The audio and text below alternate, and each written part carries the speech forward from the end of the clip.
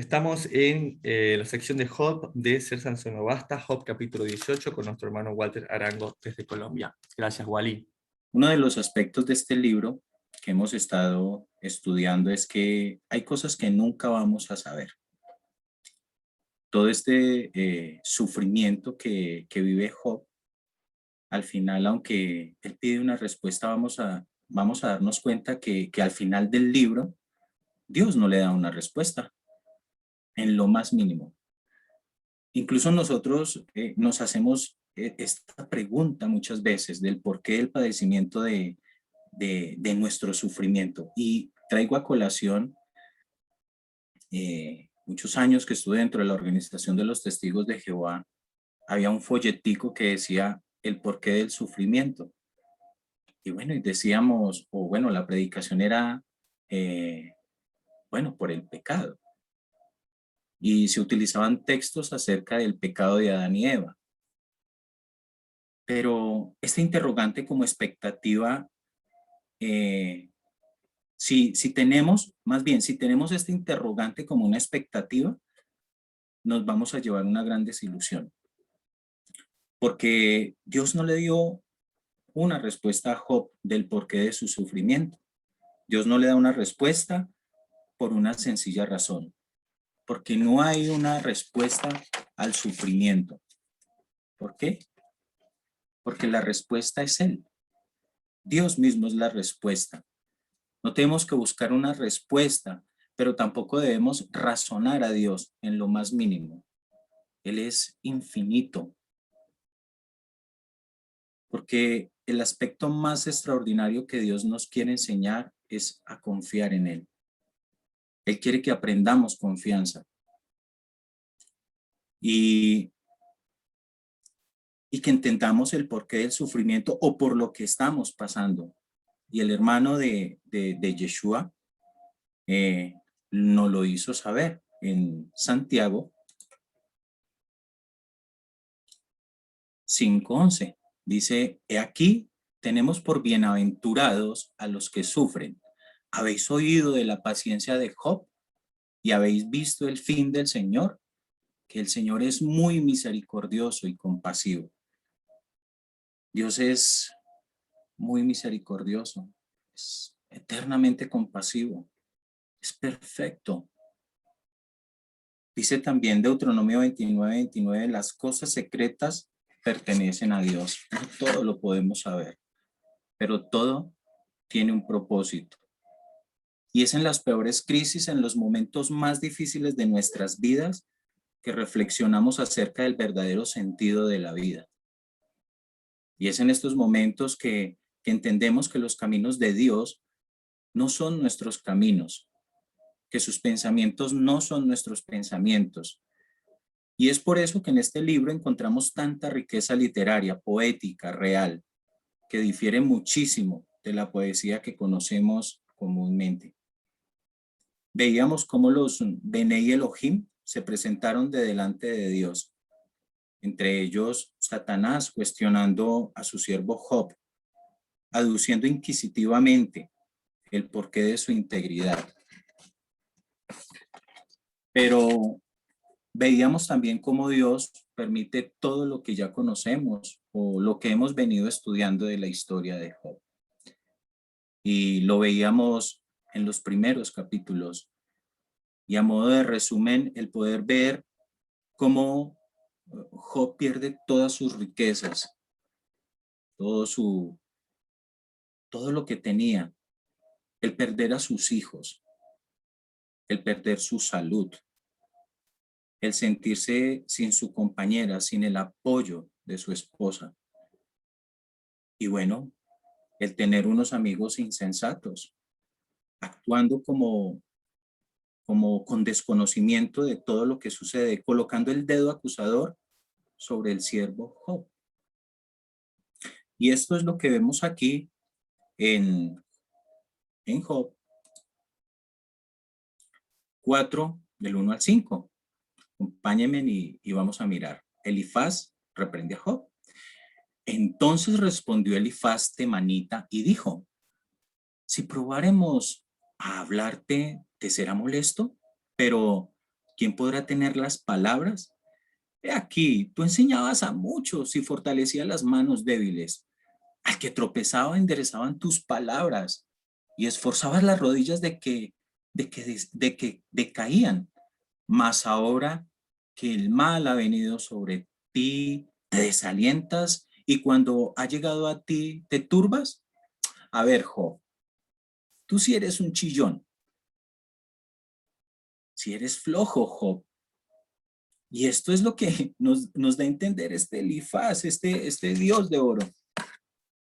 Y bueno, si en los primeros capítulos vimos a un Elifaz como un desconsiderado, un arrogante, con su actitud déspota y crecido, levitando.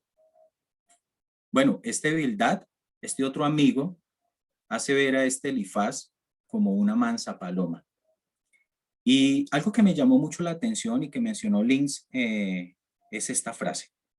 Bildad escuchó las palabras de Job, pero no consideró su dolor. Y es por eso que Bildad empieza a arremeter contra el mismo Job. Y algo que no les dije al principio es el tema del estudio, y es así contesta la religión.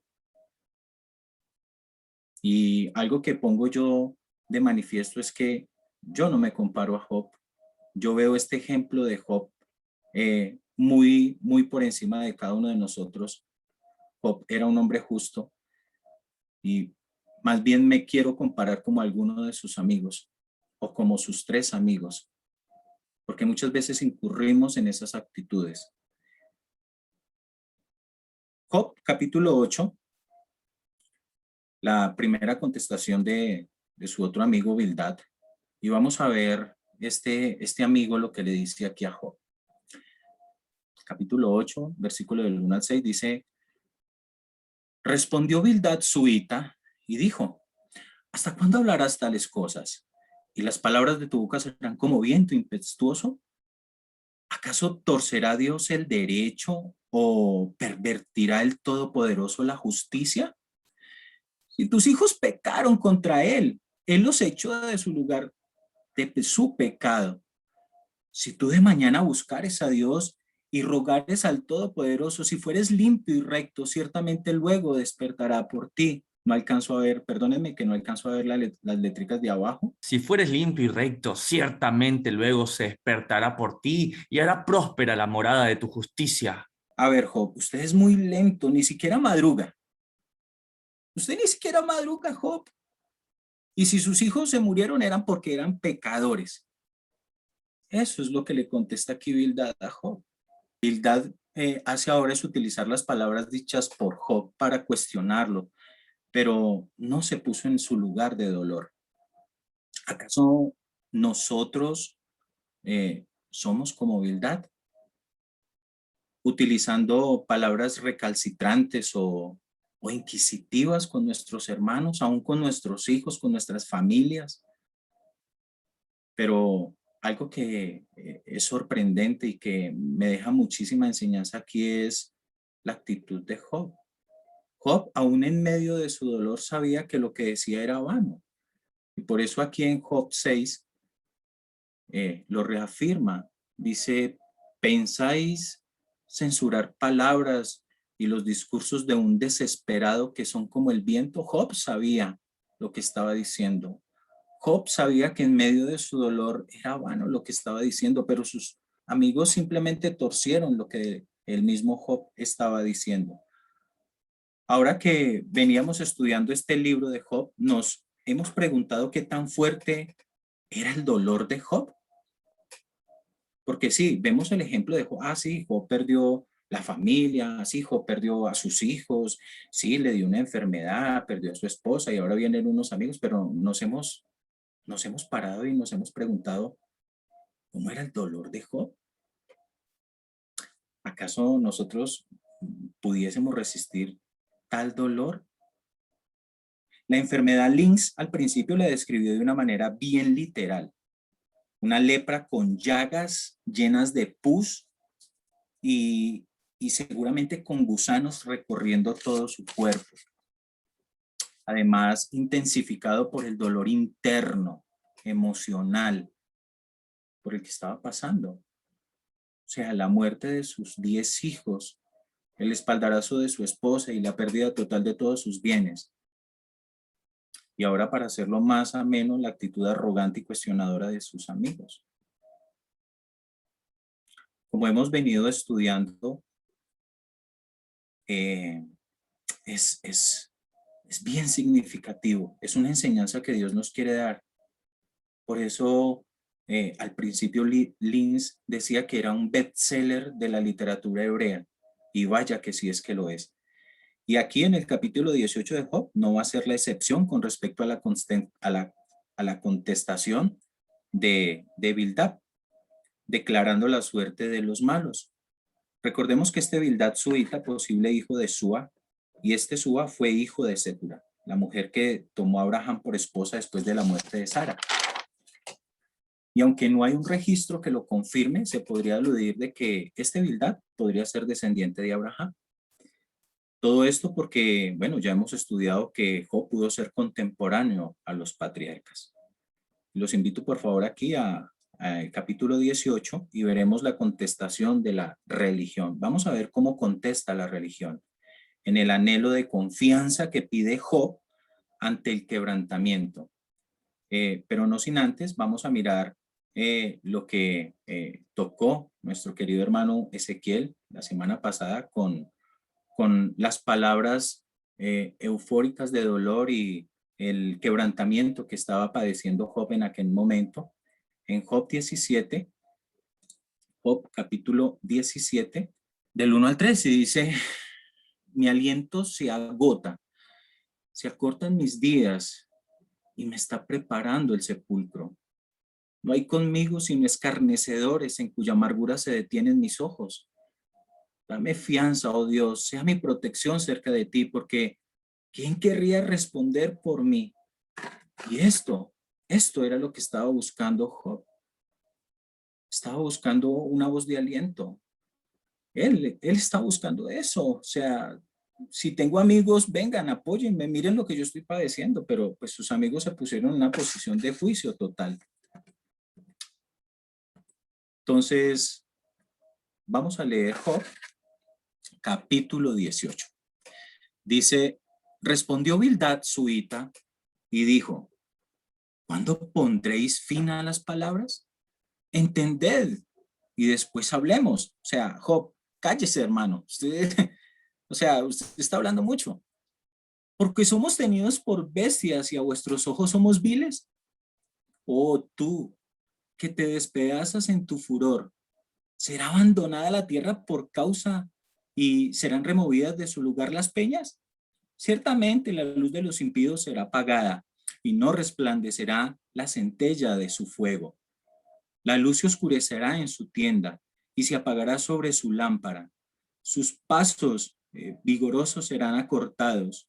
Su mismo consejo precipitará porque red será echada a sus pies y sobre mallas andará. Penaliz, me ayuda ahí con el 9, no. Claro que sí. Lazo prenderá su calcañar, se afirmará la trampa contra él. Su cuerda está escondida en la tierra y una trampa le guarda en la senda. De todas partes la sombra temores y él hará huir desconcertado.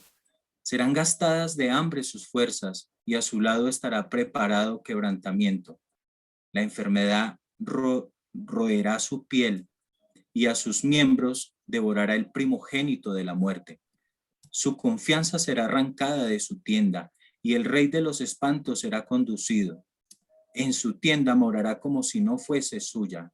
Piedra de azufre será esparcida sobre su morada.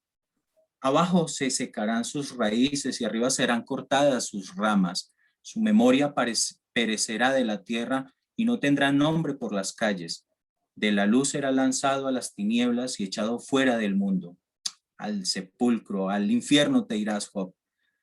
No tendrás hijo ni nieto en su pueblo, ni quien le suceda en sus moradas. Sobre su día se espantarán los de occidente y pavor caerá sobre los de oriente. Ciertamente tales son las moradas del impío, y esta será el lugar del que no conoció a Dios. A ver, Job, tú no conoces a Dios. Tú lo que hablabas era basura.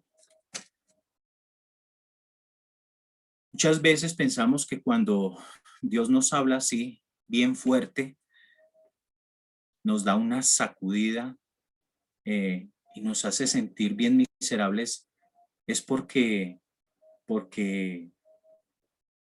así es que habla Dios. Siempre nos dieron a entender de que cuando Dios habla de esta manera y que salíamos de una predicación, no sé si de pronto les pasó, es porque allí se movía el Espíritu de Dios y que el pastor tenía una unción y que cuando el pastor hablaba así durísimo, fuerte y nos regañaba y nos hacía sentir como viles cucarachas, como moscas, como lo peor, es porque ahí la predicación estuvo buena, porque ahí estuvo el Espíritu de Dios. Pero ¿de qué manera es que dice la Escritura de que el Espíritu de Dios se manifestó, o cómo se manifestó el Espíritu de Dios? Dice que el Espíritu de Dios es amor, todo lo contrario a como siempre nos enseñaron. Porque ahí es donde empieza todo. El fruto del Espíritu es el amor. Si nos damos cuenta de qué manera vino y se posó el Espíritu de Dios, ¿en forma de qué? Sobre el Mesías dice que no alzará su voz en las calles, ni gritará, ni hará tales espectáculos en la calle de juicio. Todo lo contrario a lo que vemos hoy en día. Y esto lo menciona Isaías 42 del 1 al 2.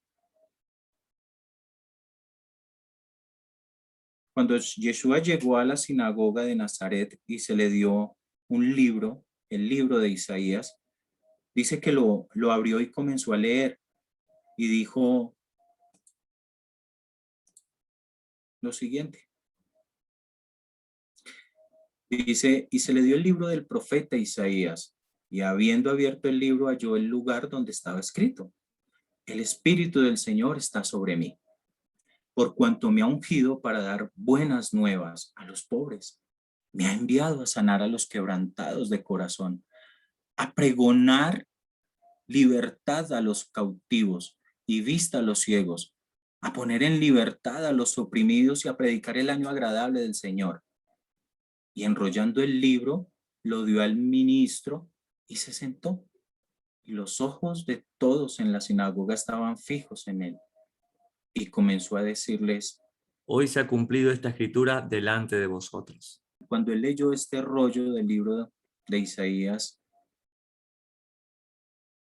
fueron palabras de amor, de compasión. Él mismo lo dijo. ¿A qué era que había venido? Y si nos vamos al texto que él leyó del profeta, la razón por la que se quedaron todos sorprendidos, porque de repente dice que cerró el rollo y se lo entregó al ministro que estaba allí. Y solamente se quedó ahí parado y les dijo: esta escritura se ha cumplido hoy delante de sus ojos. Dice que los ojos de todos estaban sobre él. ¿Por qué?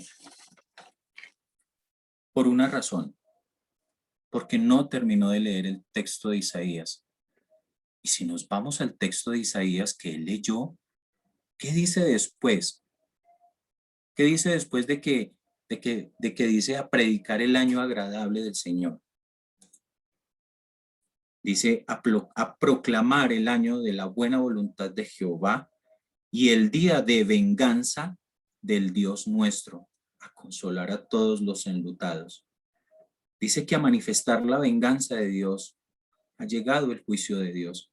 Pero la pregunta es: ¿por qué no leyó esto? Y esto lo hemos aprendido en el curso básico. Él no leyó esto porque hay un compás de espera en el cual Dios vino a tener misericordia. Dios vino a perdonar. Dios vino a buscar y a salvar lo que se había perdido. Y él vino con ese espíritu de amor con ese espíritu de misericordia.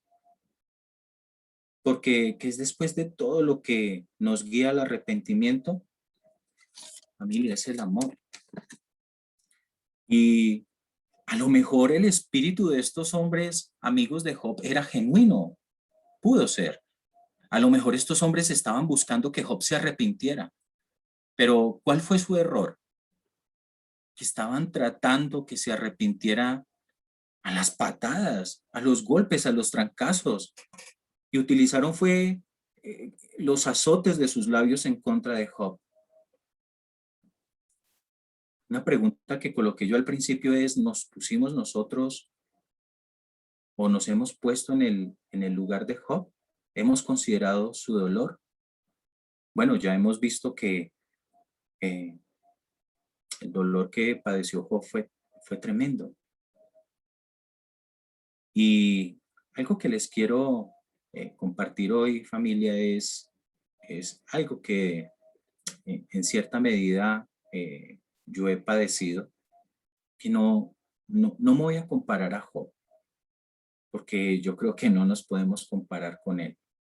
Si bien es sabido, Job fue una persona considerada por Dios el más justo, un hombre temeroso de Dios.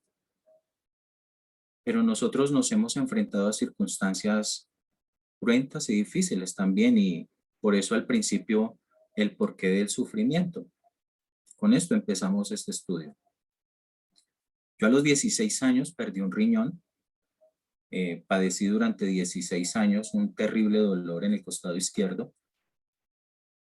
Seguramente nací con un cálculo que se convirtió en un quiste renal y eso se encargó de deteriorar prácticamente el riñón porque pues nunca los médicos dieron con el tema de lo que yo tenía.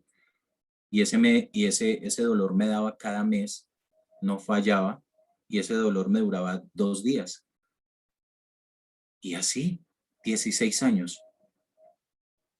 Y era un dolor terrible, terrible. Hoy en día no tengo sino un solo riñón y bueno, me tengo que cuidar el otro. Pero aparte de esto, hace 4 años empecé con un padecimiento muy doloroso, una discopatía multinivel, ya tengo hernias discales en toda la columna. Y descubrieron una osteoartrosis generalizada que está atacando todas las articulaciones de mi cuerpo. Ya afectó la rodilla izquierda, la cadera. Y obviamente, o por obvias razones, no puedo tomar medicamentos fuertes porque pues, la mayoría de medicamentos fuertes drenan los riñones por el riñón y pues ocasionan daños en el riñón. Y pues los medicamentos que tomo son muy suaves. Los dolores son tremendos. Muchas veces no puedo dormir y por eso les dije al principio que les iba a comentar. Yo me estaba reuniendo con desafiantes, siempre madrugaba porque real y literalmente no podía dormir. Pero estoy en una terapia de sueño para tratar de mejorar mi calidad de vida, porque si el cuerpo no descansa, pues obviamente no va a haber mejoría con el tema del dolor. Y esto llevó a un problema ya, se puede decir que psiquiátrico, temas de ansiedad, de incluso hasta depresión, y ataques de pánico, miedo a salir a la calle, y todo esto aunado pues, con el dolor fuerte de un divorcio, de perder, o más bien que la madre de mis hijos se haya ido con otra persona. Y así, golpes consecutivos, una lucha que llevo ahora con, con el sistema burocrático de este país, luchando una pensión y a la expectativa de qué va a suceder. Pero yo me pongo a mirar todo esto y esto es superfluo. O sea, lo que yo estoy viviendo, eso no es nada a comparación de lo que vivió Job. Es nada. 6 meses, casi 8 meses sin sueldo por problemas con la EPS, con situaciones adversas dentro de la empresa en la que yo trabajo. eh, situaciones críticas porque buscan una persona ya así, pues enferma, se puede decir que limitada, buscan la forma de sacarlo. Bueno, no me han podido sacar por la que la misericordia de Dios es grande, pero pues bueno, ahí me he mantenido. Y por eso hacía yo la pregunta, ¿nos hemos puesto en el lugar de Job? Hemos, hemos mirado ese dolor. Pues bueno, yo lo miro desde la perspectiva física y bueno, los dolores que yo padezco son muy fuertes, son tremendos. Toda la vida he vivido con dolor, pero no me comparo con Job, familia, hermanos, no me comparo con Job. Me comparo con los amigos de Job. Job es justo. Y la escritura dice que Job, aunque padeció todo esto, no se halló pecado en él. Sí, más adelante hubo palabras que incluso Dios lo confrontó y él cayó en cuenta de muchísimas otras cosas. Pero Job fue un hombre justo de delante de Dios. Yo no soy justo. Yo soy de lo más vil y de lo más menospreciado. Y sin embargo, esto simplemente deja de manifiesto que somos tan débiles, que somos tan nada, pero aún así el Padre nos está trayendo o nos trajo aquí. Y seguimos con esa dura cerviz de querer hacer toda nuestra conveniencia. Pero ¿de qué manera dice la Escritura que vamos a arrepentirnos? De acuerdo a lo que estos amigos de Job le estaban incitando. La Escritura dice que no es pues la benignidad de Dios, la longanimidad de Dios, el que este sufrimiento o, o que este sufrimiento esforzándose por nosotros no son cosas las que nos guían a nosotros al arrepentimiento, de acuerdo a lo que dice Romanos 2:4.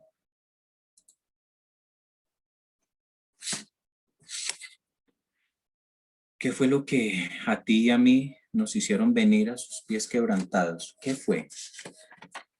Bueno, cuando te diste cuenta y me di cuenta que no he recibido lo que merezco. Porque es que lo que nos merecemos es una condenación, estar fulminados.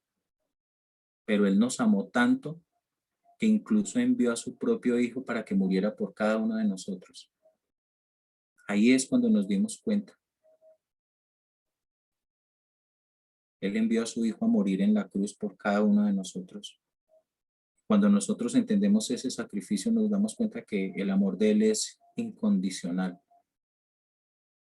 Ahora, cuando entendí yo este concepto de la gracia y que a pesar de lo que había hecho, Él había tenido misericordia de mí, y cuando pude ver reflejado esto en personas que lo expresaron, es entonces que el corazón se quebranta de gratitud delante de Él. Así que la manifestación del Espíritu no es con indirectas o a golpes. Vendrá también, vendrá ese juicio, vendrá el momento de la ira de Dios. Pero en este tiempo, familia, ¿de qué manera se manifiesta ese Espíritu de Dios? No es con azotes, no es con golpes, no es con palabras inquisitivas, menos con palabras de juicio. No somos quien para juzgar, sino más bien con amor. Cuando digo que esto lo vi reflejado es porque lo vi reflejado con hermanos en la fe como ustedes, como tú, Links. No encontré aún ni en mi propia familia esas palabras de aliento. A lo mejor incluso en nuestras propias comunidades no encontramos eso. Pero Dios utiliza personas con corazones agradecidos, que te dan palabras de aliento, que te llenan, que te motivan, que ven en ti tus virtudes antes que tus propios defectos. Y así es que tenemos que actuar, familia.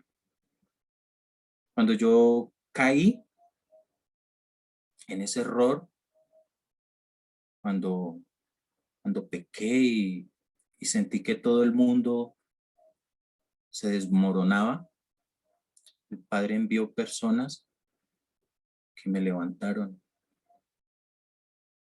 que me ubicaron, que me hicieron poner los pies en la tierra.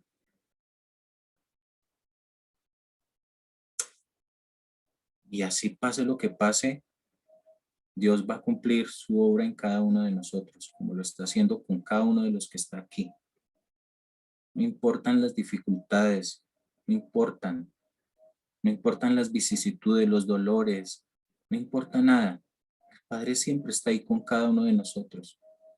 Me acuerdo tanto de un estudio donde Links hablaba acerca de esa mujer que derramó ese aceite en los pies de nuestro Señor. Se humilló a los pies del Señor. Que nosotros nos humillemos a los pies de nuestros hermanos, porque no somos más ni mejores que nadie, somos iguales. Y de esa manera nos ve el Señor, que nuestra actitud siempre sea y reflejemos esa cualidad tan perfecta de nuestro Padre, que por más pecadores que somos, Él nos carga así, porque el Hijo del Hombre vino a buscar y a salvar lo que se había perdido. Que nuestra manera de vivir sea conforme Él nos enseñó. Que busquemos su amor incondicional, pero que reflejemos ese amor en humildad, siempre. Y pues bueno, hermanos, espero que, que este estudio haya sido de algo o haya servido en algo, porque a mí me sirvió muchísimo. Muchas gracias, familia. Gracias, Walter. Y bueno, los que ven la grabación se pierden esta parte, pero bueno, vamos a terminar orando por los que en algún momento van a ver este video y van a querer decir, yo hubiera querido estar en esa plenaria después. Vamos a orar. Señor, gracias por este tiempo, Padre. Gracias por la vida de Walter y cada uno de estos varones, Señor. Padre, qué sencillo es preparar un estudio, Señor. Qué difícil es preparar una vida para reflejar el estudio, Señor. Padre, haznos hombres que funcionen de esa manera, Señor. Haznos hombres que realmente hagan carne tu palabra, tu evangelio, Señor. Yo te pido, Padre, que ese sea el reflejo de los varones de ser Sansón no basta, Señor.